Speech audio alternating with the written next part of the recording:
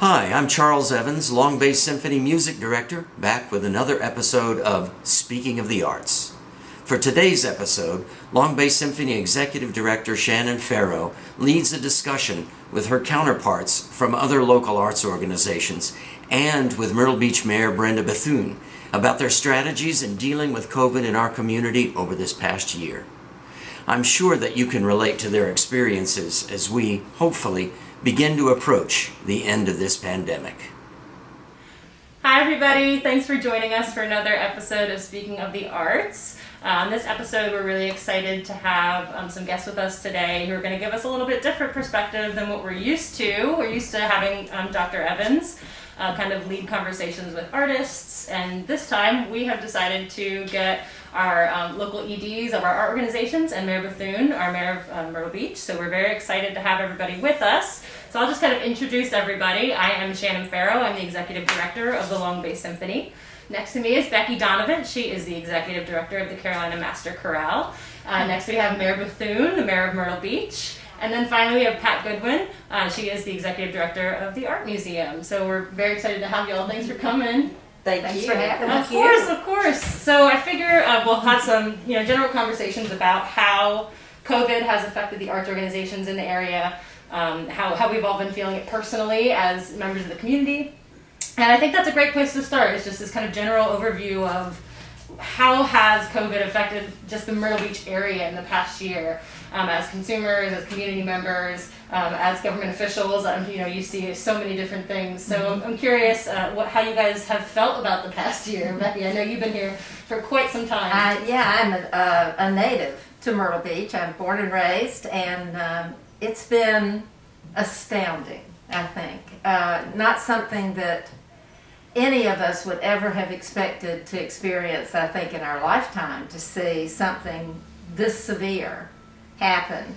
And Mayor Bethune can certainly answer to this, but living in a tourist community, right, and having everything shut down like it has just takes the lifeblood away from everything. It's been it's just been astounding, I think, to see the changes that have taken place out of necessity. Yeah, and that's a good point to make. Immediately, we are a tourist destination, and when tourism stops, it's like a ghost town. It is. Yeah. It is. It really is. We're one of those places that's the largest little city around. We don't have much of a permanent base, but when our visitors are here, we grow to a big municipality. Absolutely. And because of that, we have a lot of things in this area that a town our size would not ordinarily have. We have lots of entertainment and lots of shopping and so many things that if we were just based on our residency, we wouldn't have. Right. And when all of that shuts down, you really feel it. Mm-hmm. Yeah, well, I think we have 40,000 or so permanent residents around there. That's a lot. That's not a lot. If you think about it in the great scheme of things. And to have all the amenities we have, for example, a professional symphony, an art museum, a master chorale. Those are things that normal larger cities have. And we're fortunate enough that we get those snowbirds, for example, that come down for 6 months in the such a wintertime. Support. Yeah. Absolutely. So we grow, certainly. Our population grows it does. Because of our tourism. So, and how about you, Mayor Bethune? What have you seen just as a community member? Well, I think Becky touched on something. I often refer to Myrtle Beach as a small city with big city problems. And by problems, I don't mean that we have these major issues. Right. But when you look at the services that the city provides and the differences in those services from January, February to July, it's a huge drain on the city's general budget. Yeah. And certainly COVID has affected that greatly. We had to do severe cost cuts and controls. And as all of your organizations know, with our accommodations tax grants, we lost almost $2.5 million of funding. And that we have organizations that rely on those funds to help get them through.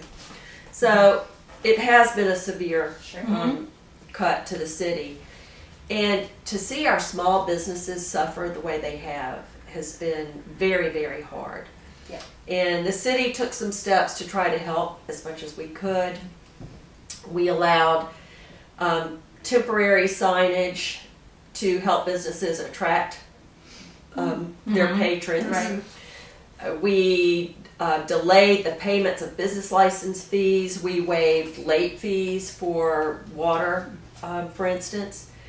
And we also were a resource for our small businesses to apply for some of the grants and the COVID relief funds that are Right. available. Absolutely.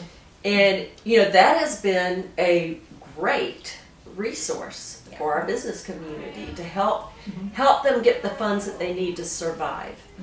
And I feel like Myrtle Beach actually came through this probably better than most communities have Yeah.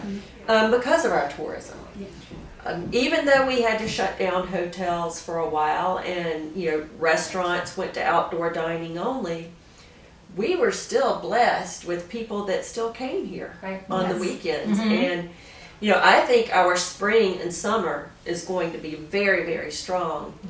And some of the hotels have actually said that their July bookings are ahead of 2018. Wow, that's great. wonderful. And I think that's a Yeah. huge indicator. Yeah, absolutely. Yeah. When you touched on A tax a little bit, and I think for people who don't know what the accommodation tax is, could you explain a little bit of where that money comes from and how that gets distributed? Well, it's actually a tax that is imposed on our visitors that come here. And a portion of that money is used for our arts organizations, for sporting events, things that attract visitors. Helps our hotel industry, helps our hospitality industry, but more importantly, helps our art community, our arts community organizations, which in turn is great for our residents and our visitors. Absolutely. No, those are great points. And on the topic of funding, so we obviously get our tax money from the city. We apply for that every year. There's been some emergency funding I know from the state, which I don't know if the Master Chorale received any South Carolina Cares money, but that was another thing that was huge for us. That was huge, yeah. Because in general, funding for us has been cut, understandably. So we've all shifted our programs this year to kind of accommodate the funding that didn't come in that we expected. But I know the South Carolina Cares money, I'm on the board of directors of the South Carolina Arts Alliance, and we were doing a lot of advocating at first, making sure that nonprofits were in that mix, because small businesses were really the focus at first. It was. And it took a lot of emails and phone calls to make sure that the South Carolina legislator knew that. It took yeah, right. Look at me. But it took a lot of advocacy to make sure that the nonprofits were involved in that. I know a lot of us were really, really lucky to get some of that money. I think they only had $25 million to give. $25 million to give, and they got $75 million in requests for the whole state. So I know we were very fortunate with receiving some of those emergency funds. Are there any other emergency funds that you all were lucky enough to receive with your organizations? Well, we received the South Carolina Arts Commission Yes. grant for COVID support, and also the Humanities Council. We applied for that and received that. I mean, they're not huge amounts, but oh my gosh, did they help us through these past... Everything helps. Oh, yeah, That's really true. Yeah. When the whole thing started, and now they say it's been a year, just in the year past this few days. week. Today, Wow. I think, is the Right. year of the declaration of the pandemic. And we've never been through anything like this before. Right. So we didn't know what to expect Mm-hmm. or how long this was going to take. And it was so hard to plan. What are we going to do? Do we plan a season? Do we not plan it? You have to plan a season. Right. Right. This is our 38th season this year.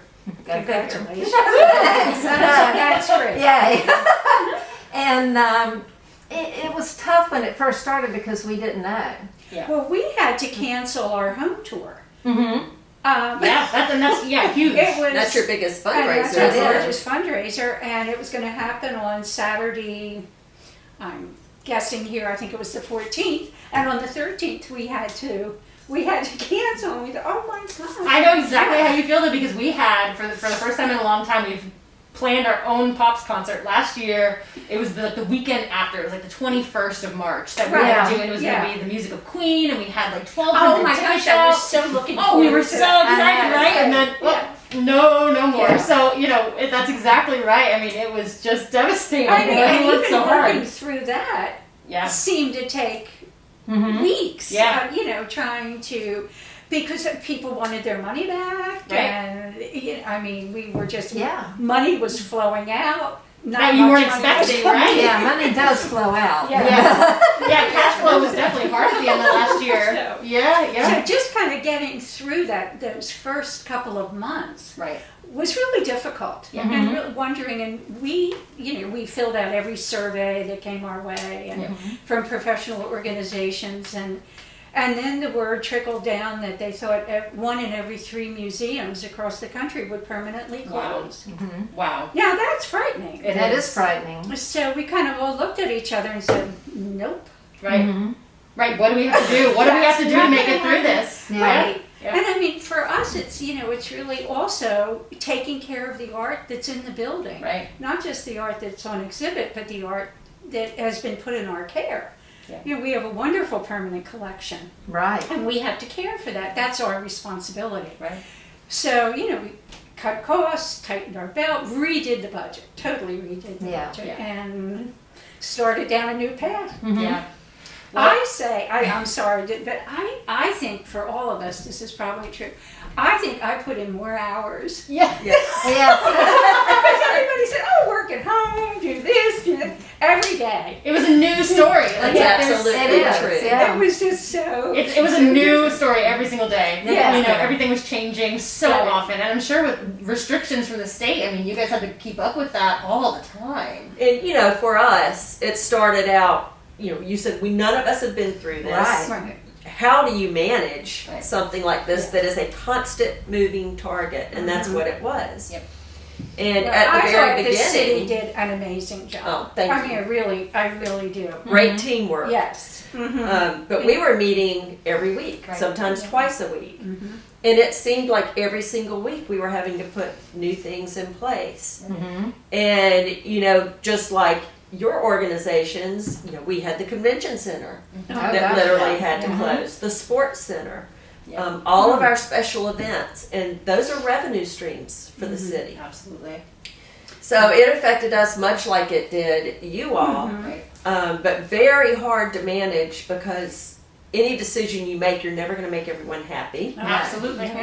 But we felt like we had to make decisions that would keep our community safe, keep our residents safe. Not always popular decisions, but that's okay because no one really knew how bad this was going to get. Exactly, and better to do more and than regret it Right. doing less later on. That's always true, yes. What we did too, like into the 3rd week, we just started researching how can we reopen, when can we reopen, and how can we reopen. Right. And what is it going to take? What kind of money's involved? What kind of health issues do we have to, or health safety issues do we put into place? We're measuring every inch of the museum. Well, Yeah. can 2 people fit here? If 3 people Right. can fit here, and putting arrows on the floor. Sure, and if your art is within 6 feet, then people could be potentially looking at different pieces. Exactly. Yeah. So, I mean, we really did spend hours and hours and hours and hours on reopening plans. Right. And I'm so glad we did. We were able to reopen 3 months after closing. Right. That's good. Yes. Yeah. That's very good. It really. Sometime we wondered why we reopened because. Sure. But we. Absolutely. I think one positive that came out of all of this, I saw so many organizations get creative. Oh, I am so glad you touched on Yes. that. Uh-huh. Facebook concerts, Right. different types of fundraisers that were done online or virtually. Yeah. And even businesses that got creative. And I think that really showed the, first of all, the strength of our community. That everyone seemed to pull together and help each other. Right. But just the creativity of how can we survive? How can we Right. stay afloat and stay active and relative to the community? But let's get creative in how we do it. And I think that is a very strong message. Absolutely. Well, we closed, of course, on Tuesday. We were open Tuesday through Sunday. And on Thursday, we had our first instructional video for children available. Which I just was amazed at this amazing staff that I have the pleasure to work with every day. And, 2.5 days it was available. Right. And we've done over 25 videos for children since. And what we do, the video's available, and then we deliver art kits. So there's one for every child. I loved that program. I love following it. I think it's so great. Yeah, and so all of the materials that are needed are in the bag. And we take it to the daycare centers, we take it to the libraries, and if the Boys and Girls Club is ready for them, we take them there. So we have about 25 videos that are on our new virtual museum that we have on our website. And then we've also recorded all the exhibits that we've had. So they're available for virtual tours. And then our board chair, Elizabeth Benton, said, let's put the shop online. And we went, oh my Lord, Wow. put the shop online. We put the shop on. Great. Yeah. Oh, yeah. Perfect. Perfect. A year ago we would have said, oh, we don't know what to Absolutely. put the Did shop I ever think this was even on a podcast? No.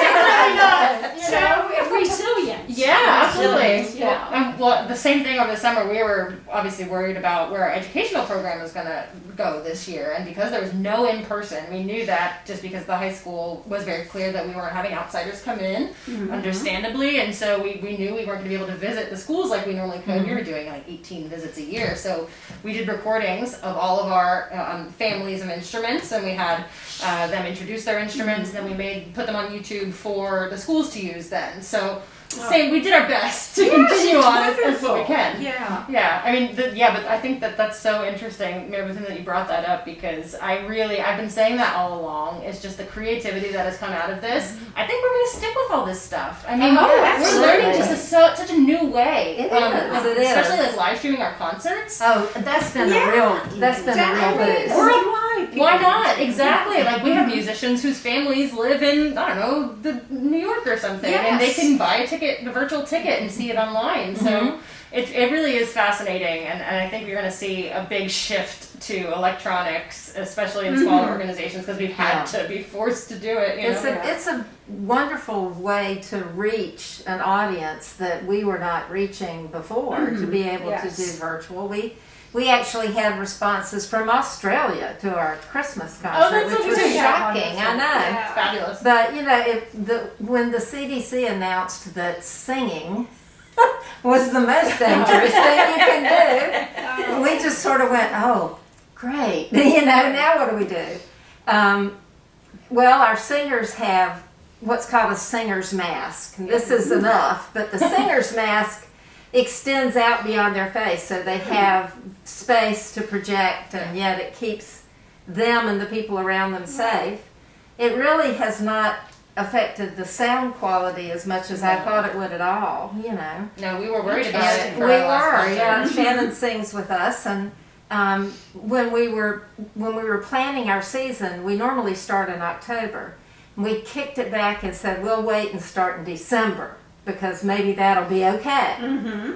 And so we went into rehearsal. We did a 3-part virtual concert in end of September and October. And we did an online auction, fundraiser in November. And they were in rehearsal, and we were set to perform to really only our season ticket holders. We could not have put any more people even in the big facility. And then the day before, we found out that in-person performances were not going to be allowed. So you talk about letting people know at the last minute.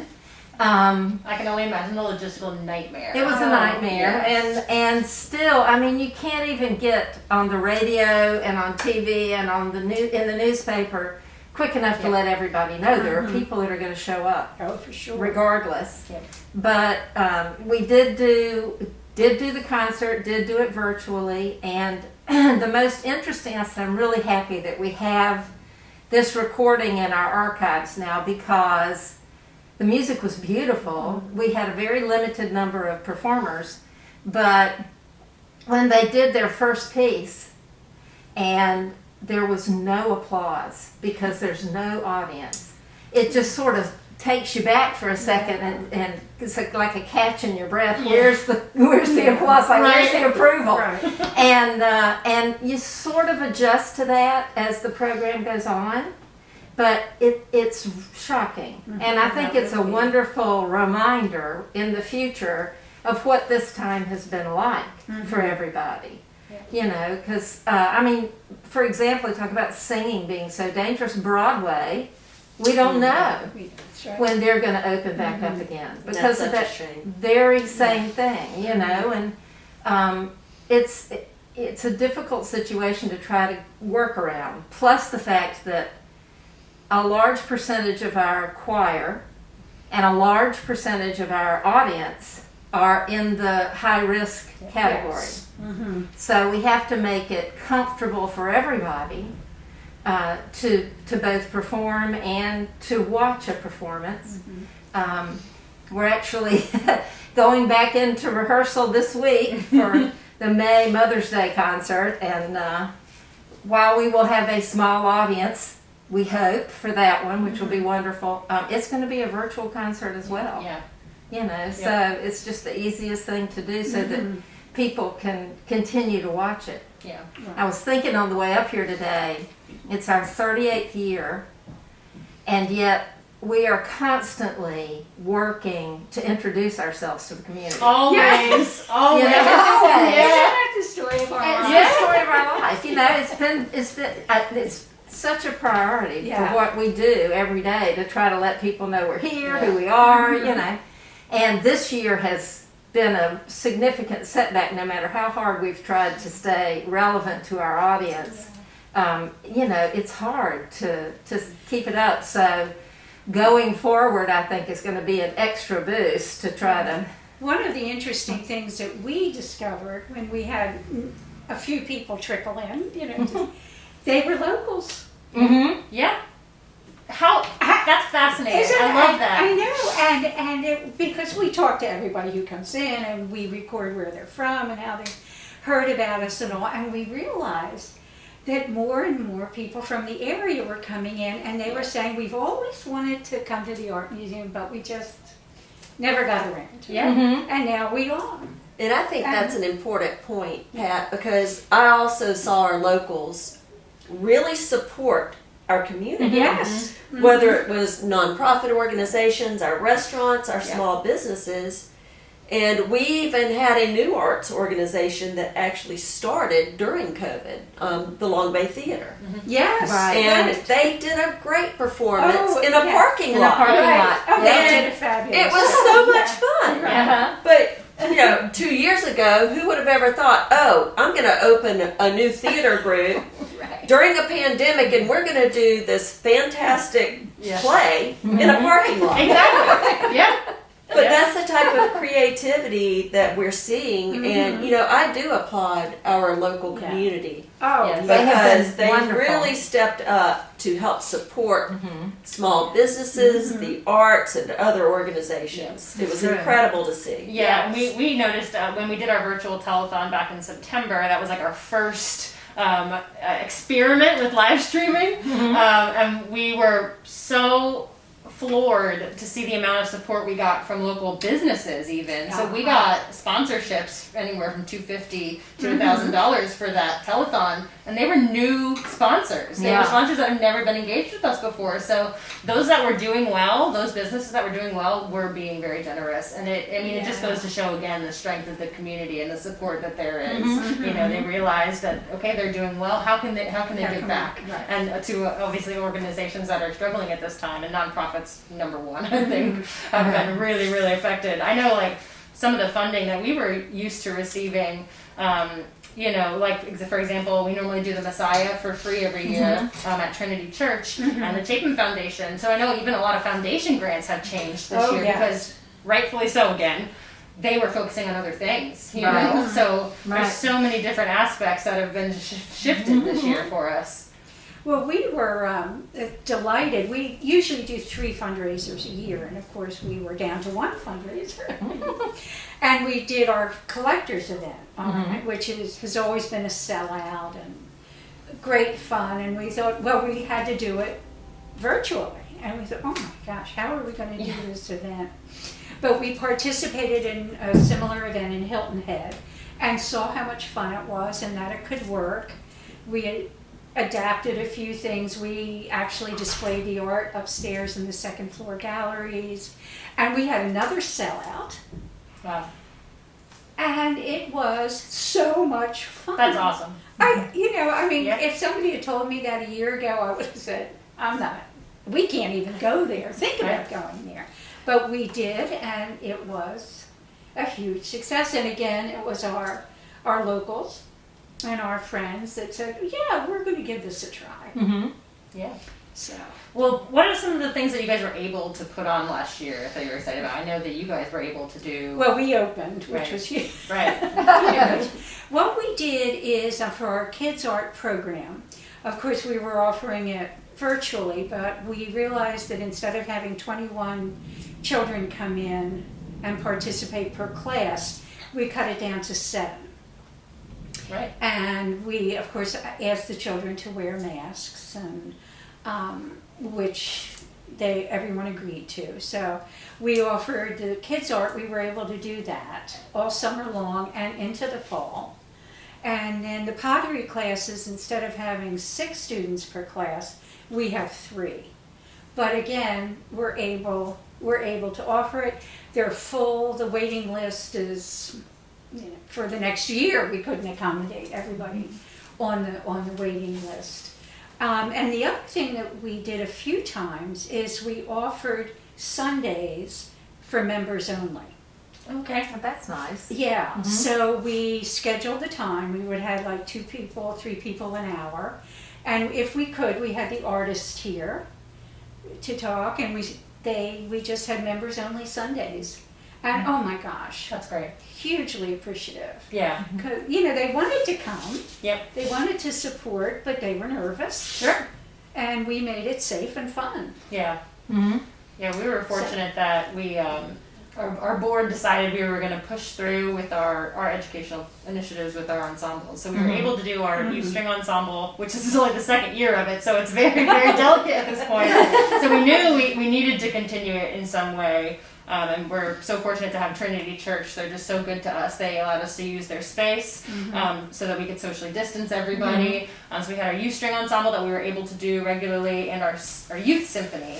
And I think that's really important because a lot of the students couldn't really get the same type of instruction, obviously, from their directors at school, because virtually, you music teachers out there, kudos, because can you imagine being on a Zoom call with everyone muted, just staring at their instruments? You can't hear them. You can't play together. How exhausting for them. And so, for students to be able to be in person performing together, although socially distanced and very different than normal, we did a lot of smaller groups. We kind of tore them off into little sections and had, some strings groups, some wind groups, and had them perform that way. But just to be able to perform together, I know, personally as a musician, it was just, and singing with the master chorale, it was just healing. It was really healing. It's something we missed for months and months and months of our lives. And so I know for the students, we were really, really pleased to be able to do that. We were able to do a couple concerts, half in person, half virtually. And again, this virtual thing, we got grandparents, from across the country who are watching their students play. Yeah, it's incredible. And it's something we have to continue. It was such an easy thing to do. Now realizing how simple it was to set up that online concert, it's why not? There's no reason why are we not doing that? Yeah, I know. It's true. And you can It's do so it from your phone. It's just incredible. So, we were really pleased to continue that. The city got very creative in the way that we reached out to the community as well. The library Right. Oh, did, just such great job. online Yeah. readings for children. Delivery, started a delivery program. Yeah. The recreation centers did virtual exercise classes, which Right. was great. Right. So I think, we really saw people being very creative in how to continue that outreach, but for our children. I feel like our children have been probably the most impacted through all of Agreed. this. Completely. Not being able to be in school, not having that social interaction with each other, virtual learning, the parents having to learn I went to learn and that. become teachers Yeah. somewhat. But to be able to offer all of these things for our children is so important. Because where are they going to be 5-10 years from now from not having that in-classroom experience? And, one of the things they may remember is, oh, well, I saw the symphony here, or I heard the master chorale. I received an art kit Right. Right. from the art museum. When they grow up, these are the things they will remember and will impact them forever. Absolutely. I thought one of the other wonderful things that the city did were the beach chats. The beach Oh, the chats. beach chats Yes. were wonderful. Because remember, we had this other social unrest that was happening right in the middle In the of midst, the yeah. pandemic, and just to see that program take shape, I just thought it was wonderful. So congratulations with that. That was really important. And that too, you all said you reached other states, other countries. Beachside Chats did too. Yeah. Oh, yeah. great. We Yeah. reached Australia. You mentioned Australia. Yeah. We had other cities reach out and said, show us your format for this. We want to do this in our community. Great. Chicago actually reached out and they're now doing it. Yeah. Isn't that wonderful? So I think we Yay. see things that we're doing here, all of us. Other people are seeing that and, integrating them into their communities and vice versa. Yeah. Well, that's interesting you bring that up, Pat, because you guys, your virtual concerts that you did to start the season, Right, yeah. why don't you talk about those a little bit, because that's exactly mirroring what Pat said. It is. That's where. It was a 3-part series. We did a concert every other week, and it was called The State of Things, and it's house concerts and conversations with artists, and it was people from, all around I'd say around the country, but we had several people outside the country who contributed as well. Tracy Bailey, who's now at the Boys and Girls Club, we had invited her to participate, and we thought that she would do a reading, and she sang. And it was so It was wonderful. moving, so moving. It was one of my yeah. favorite She's amazing. pieces ever, Yeah. and it was a way for people to use their art as a way to communicate their feelings about, the pandemic and the social unrest in the country, and so much going on at the same time. Yes. And so that was a wonderful outlet for people to be able to, whether they sang or whether they played an instrument or whether they did readings or whatever it was that they did, and just an outlet to express themselves, which was wonderful. I thought we had a very good response to that. Yeah, absolutely. Absolutely. One of the things and this doesn't have anything to do, it's with programming, it's more of a sort of a heads up for other nonprofits, and I'm sure you all agree with me. When this first started, it was so important to make that connection and keep that strong connection with your bank, Yes. with your Yes, the banks. with all the professional organizations that you belong to. Yeah. They just offered such support for us. Don't you Absolutely. agree? And I It's just don't think we could have accomplished all that we did without them having our backs Yeah, and saying, what can we do to help? absolutely. So, and I think for smaller organizations even, I noticed like some of the Donnelly conversations that we had, Yep. that some of the smaller organizations, they weren't able to do that. Right. or recognize that. Maybe they didn't have an accountant. I don't, that's possible. Yeah. But it really was so important. I so agree. The League Yeah. of American Orchestras, I lived on their weekly emails. Yes. Because they were giving us information about the Paycheck Protection Program that just laid it out in a way that we could digest it, and it was so helpful. I lived on them literally for 6 months straight. AM site, yeah. Yeah.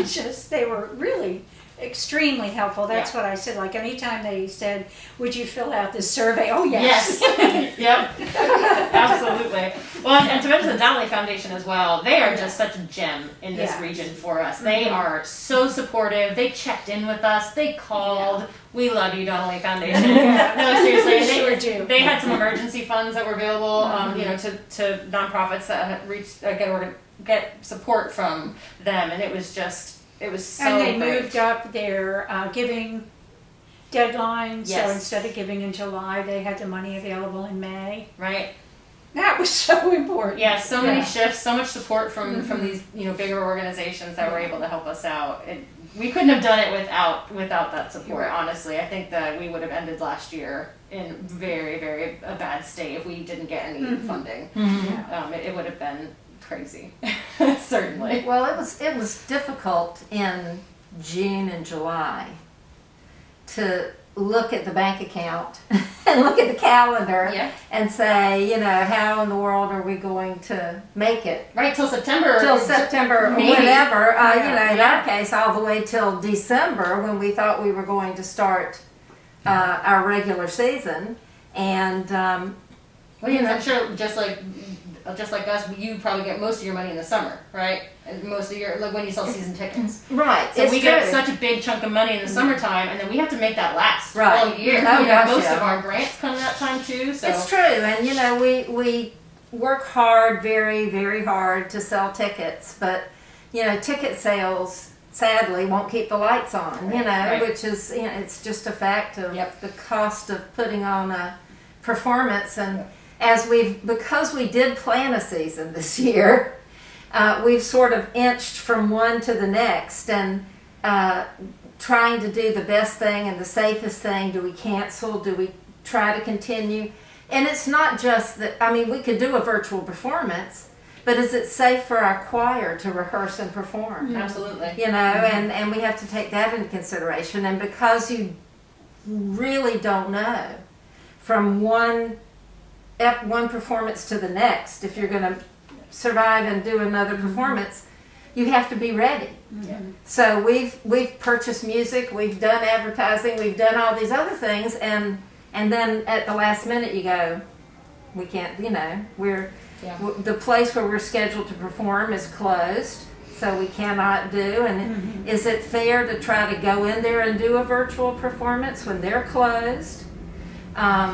So we're thankful to be here still, and to be the rehearsals start tonight for the May 9th concert, and I cannot tell you how many of our choir members have reached out to say, "Oh, thank goodness we're going to sing," So Yeah, we got the same kind of sigh of relief the first in-person virtual. It was in-person for our musicians, but the first virtual concert we did, just after the first live stream was done of the concert, just everyone was just happy. You could just see it in their eyes. Everyone was just having such a great time to get back with your friends, to be playing music again, to be performing. And I think this next concert, we're fortunate, again, very fortunate that we're able to do our March 28th concert in person. So very limited seating. I think the church may hold 750. We can have 200. So that's a good number. I'm very satisfied with that number. 200, great. And then we'll also have that virtual option. But I know so many patrons, when we called all of our subscribers, just to let them know, and they said, "Oh, I'll have my second vaccine by then. I'm so excited. We're really looking forward to it." So people are just hungry for it. And I think, just as we all kind of mentioned before, I think when we come out of this, we're going to see a big, big support in general. Going out, I do believe eating that. out, enjoying what Myrtle Beach has to offer. So, Yeah. well, hopefully that, we will all reap the benefits of it and maybe get our words out a little bit more. Come to concerts for sure. I know, right? Yeah, we're going to be right that's there. exactly why the city chose to make some major investments during COVID. Mm-hmm. And I like to call it an investment in human infrastructure. Mm-hmm. Things like Splinter City right over here at Market Common, which is a partnership with Horry County, which is the disc golf course. Yep. It has been packed. It's been so Yeah. well received. We upgraded some of our playground equipment. Yeah, Chapin Park. Chapin I saw that. Park, the Park by the Sea with the pirate ship playscape. Right. And the downtown master plan, we chose not to stop what we were doing. And the reason is people need something to get excited about. Yes. Everybody was stuck inside, depressed, not knowing when we would come out of this. And I feel like it's just so important to give people hope and to be able to see the light at the end of the tunnel and new things for them to do and explore. Yeah, true. Well, I think what a beautiful topic to end on, right? I think that really just says that we are really looking forward to the future. Absolutely. Once this is done, once y'all are vaccinated and healthy and we can get back to normal, we're really looking forward to it. We will all be here for it. So check out the Master Chorale website, check out the Symphony's website, come to the Art Museum. They've been open this whole time, so come support your local art organizations. And thank you everyone for coming and joining us. I've had such a good Thank time you. chatting with you. Thank you. Awesome. See y'all next time. Well, we appreciate Pat Goodwin, Becky Donevant, and Mayor Brenda Bethune joining Shannon for this enlightening discussion. Stay safe and keep listening.